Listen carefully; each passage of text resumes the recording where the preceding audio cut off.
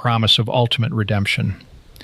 Let us dive deep into the story, breaking down these 20 chapters step by step, exploring the full weight of Isaiah's message. Act 1. The Broken Covenant and the Cry for Justice, chapters 1 to 5. Chapter 1. The Federal Lawsuit of Heaven. The book opens not with a gentle, comforting whisper, but with the stark, booming voice of a heavenly courtroom drama. God brings a formal legal charge against his own covenant people, Judah. The imagery Isaiah employs is startling and deeply offensive to the national pride of his audience. God looks at the animal kingdom and contrasts it with his people, declaring, "The ox knows its owner, and the donkey its master's crib. But Israel does not know. My people do not understand." Even beasts of burden possess enough basic awareness to recognize who cares for them. Yet God's chosen nation has completely strayed. The land is devastated, cities are burned, and Jerusalem sits isolated like a solitary hut in a cucumber field under siege. Yet the root of their problem is not merely military defeat. It is moral and spiritual corruption.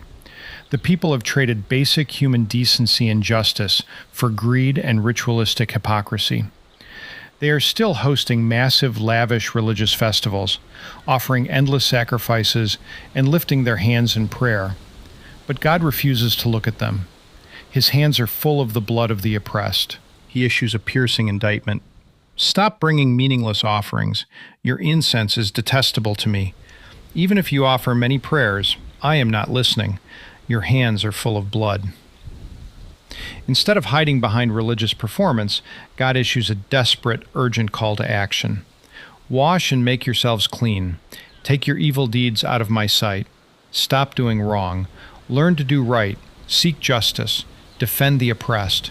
Take up the cause of the fatherless. Plead the case of the widow." The chapter concludes with a stark choice. If they are willing and obedient, they will eat the good things of the land. But if they resist and rebel, they will be devoured by the sword. Even so, a glimmer of grace remains. Though their sins are like scarlet, they can be made as white as snow. Chapter 2. The Mountain of the Lord versus Human Arrogance. Having established the reality of their corruption, Isaiah immediately pivots in chapter 2 to cast a breathtaking vision of the future. He looks past the immediate judgment to a distant horizon, a time when the mountain of the Lord's temple will be established as the highest of the mountains. In this future vision, all nations will stream toward Jerusalem, saying, "Come, let us go up to the mountain of the Lord. He will teach us his ways, so that we may walk in his paths." This is the ultimate biblical picture of international peace. Nations will take their instruments of war, their spears and swords, and hammer them into agricultural tools, plowshares and pruning hooks. War will no longer be studied or practiced. However, Isaiah brings his listeners crashing back down to the present reality with a sharp jolt. He looks around ancient Jerusalem and sees a society entirely consumed by human pride and foreign superstition. They are full of influences from the East, practicing divination, striking bargains with foreigners, and filling their land with silver, gold, horses, and idols. Because of this arrogance, a terrifying day is coming, the day of the Lord Almighty. It will be a day directed against every proud and lofty person, against every cedar of Lebanon and every high mountain, humbling human pride into the dust. Isaiah issues a direct warning to his contemporaries. Stop trusting in mere humans who have but a breath in their nostrils. Why hold them in esteem? Chapter 3. The Collapse of Society and the Vanity of Zion. In Chapter 3, the consequences of this human pride begin to unfold in stark sociological detail. God is about to strip away the very foundation of Jerusalem's stability. Every source of bread, every drop of water, every mighty warrior, judge, prophet, diviner, and elder. In their place, inexperienced youths will rule, and arbitrary leaders will oppress the population. Society will fracture into a chaotic free-for-all where everyone fights against their neighbor. Youth against elder, base against honorable. People will grab their brother by the cloak in their father's house and say, "You have a cloak, you be our leader, and take charge of this heap of ruins." But the prospective leader will refuse, recognizing that there is no food or clothing left to govern. Jerusalem stumbles and Judah falls because their words and deeds are defiant against the Lord. The chapter then shifts its focus specifically to the elite women of Zion, the daughters of Jerusalem, who walk with outstretched necks, flirting with their eyes, walking with mincing steps, jingling ornaments on their ankles. God warns that this superficial, arrogant vanity will be replaced with humiliation. Their fine perfumes will turn to stench, their expensive sashes to ropes, their grand hairstyles to baldness, and their rich robes to sackcloth. Their men will fall by the sword, and the gates of the city will lament and mourn, as Jerusalem is left ruined on the ground. Chapter 4. The Cleansing and the Canopy of Glory. Out of the ashes of this sweeping judgment comes a striking picture of preservation in chapter 4. The devastation will be so complete that the demographic balance of the city will radically shift. So many men will die in battle that 7 women will take hold of one man and say, "We will eat our own food and provide our own clothes. Only let us be called by your name. Take away our disgrace." Yet, beyond the carnage, a remnant survives. In that day, the branch of the Lord will be beautiful and glorious, and the fruit of the land will be the pride and glory of the survivors in Israel. Those who are left in Zion, everyone recorded among the living in Jerusalem, will be called holy. God will wash away the filth of the women of Zion and cleanse the bloodstains from the heart of Jerusalem by a spirit of judgment and a spirit of fire. In a magnificent callback to the Exodus, God's presence will physically cover his people. Over Mount Zion and over those who assemble there, the Lord will create a cloud of smoke by day and a glow of flaming fire by night.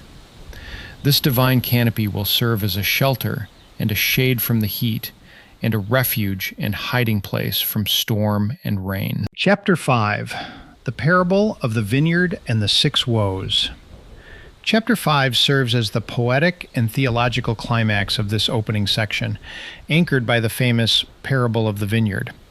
Isaiah sings a song about his loved one, a song concerning his vineyard. Imagine a farmer who acquires a fertile hill, clears the ground of every stone, plants it with the choicest vines, builds a watchtower in the middle, and cuts out a winepress. The farmer does everything right, expecting a harvest of sweet, juicy grapes. But when harvest time arrives, the vines produce only wild, rotten, sour fruit. Isaiah turns to the men of Judah and asks them to judge between him and his vineyard. "What more could I have done for my vineyard than I have done for it?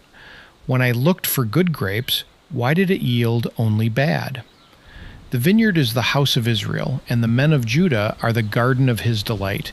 He looked for justice, but saw bloodshed, for righteousness, but heard cries of distress. Following this devastating parable, Isaiah unleashes a series of 6 haunting woes against the specific societal sins of his day.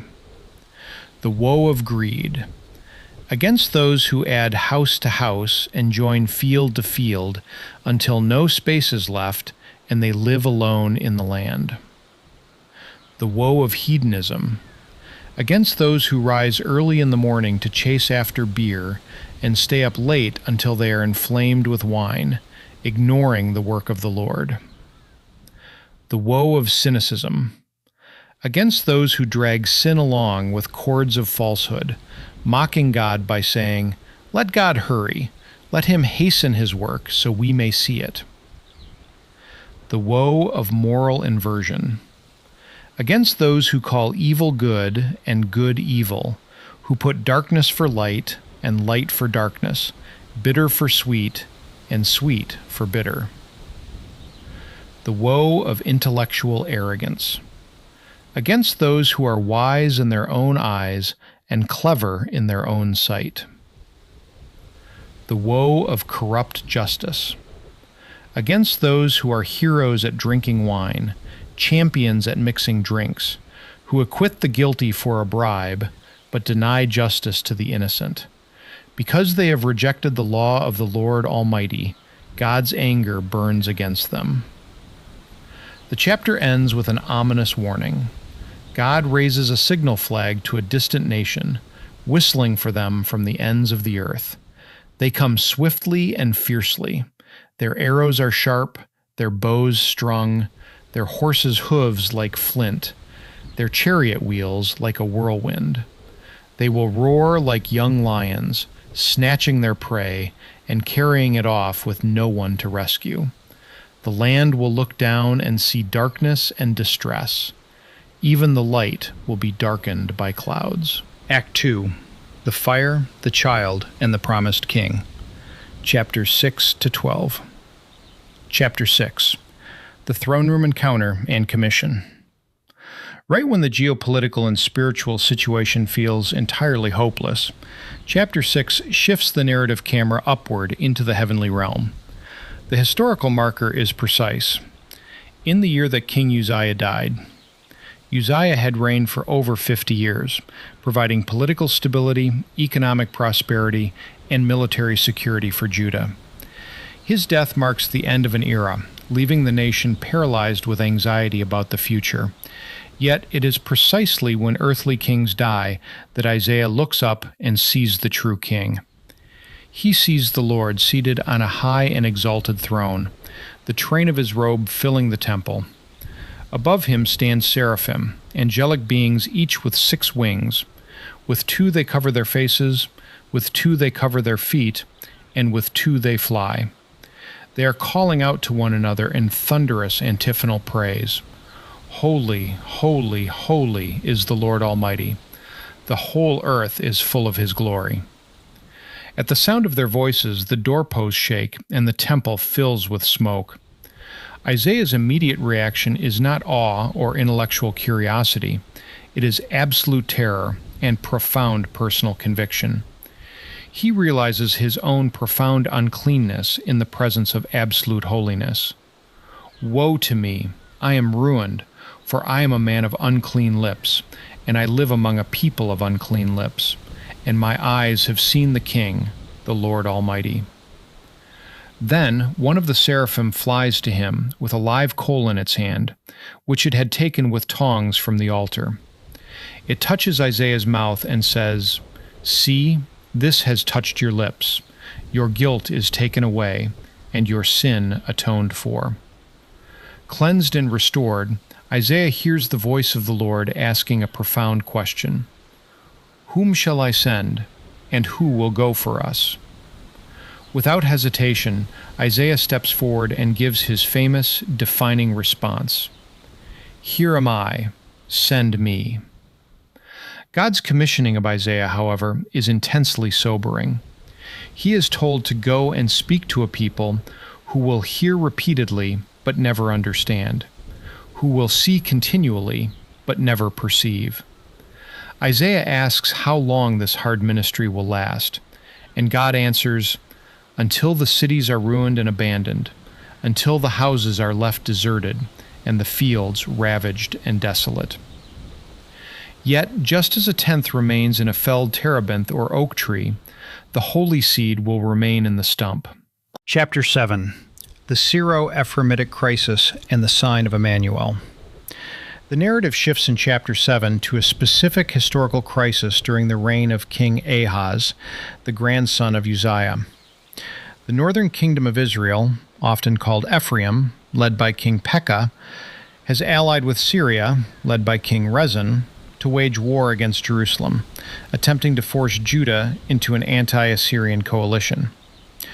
When the news reaches the royal court of Judah that Syria has allied with Ephraim, the hearts of Ahaz and his people are shaken, trembling like trees in the forest, swept by a gale wind. God tells Isaiah to take his son Shir-Yashub, meaning a remnant will return, and go meet King Ahaz at the end of the aqueduct of the upper pool. Isaiah tells the terrified king to stay calm, keep a cool head, and stop being afraid of these two smoldering stumps of firebrands. God declares that their hostile plot against Judah will not succeed. Then, God tells Ahaz to ask for a sign. Anything he wants, whether in the deepest depths or the highest heights. With a mask of false piety, Ahaz hypocritically refuses. I will not ask. I will not put the Lord to the test. Frustrated by Ahaz's stubborn unbelief and reliance on foreign political maneuvers, Isaiah snaps back. Hear now, you house of David. Is it not enough to try the patience of humans? Will you try the patience of my God also? Therefore the Lord himself will give you a sign. The virgin will conceive and give birth to a son, and will call him Emmanuel. This child will eat curds and honey by the time he knows enough to reject the wrong and choose the right. But before the boy even reaches that age, the land of the two kings Ahaz dreads will be laid waste. At the same time, Isaiah warns that God will bring upon Ahaz, his people, and his house days unlike any since Ephraim broke away from Judah. The king of Assyria will sweep down upon them like a razor hired from beyond the Euphrates River, shaving their heads and beards and leaving the land a desolate pasture for cattle and sheep.